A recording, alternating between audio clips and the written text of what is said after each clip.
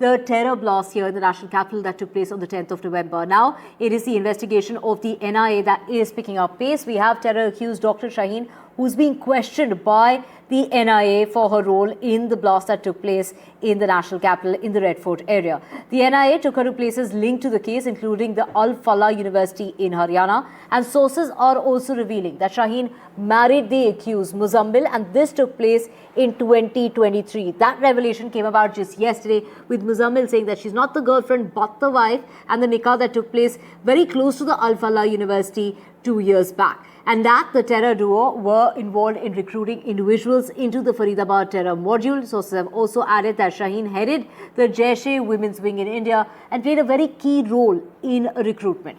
The NIA questioned Shaheen on who came to meet her when she was operating out of the university. She was taken to room number 22 in the university in the Faridabad area and also questioned in front of the university staffers as well.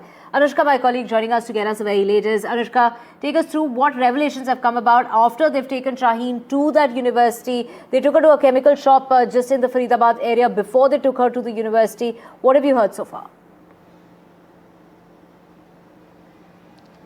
That's right, Divya. Yesterday, the NIA team brought Shaheen here around 8 p.m. around in the evening and makes the investigation with Shaheen, and the confrontation in fact took place for 5 hours. This is the place where Shaheen was living for 3.5 years, and Shaheen, along with Muzammil and Umar, was trying to create a local network from Fatehpur Taga till Mewat. Now we are seeing that she was taken to the chemical shop. Not just that, she was also taken to the place where they bought chemicals and also where the stabilizer and the grinding machine was found. Shaheen was taken to room number 22. She was also confronted with all the people, all the close associates she used to work and in fact stay in close association with. Now we are seeing that the NIA has added up more and more connections to this case and have also revealed several key details about this particular case, where Shaheen was the person who was responsible for hiring female recruits for the Jaish-e-Mohammed women outfit.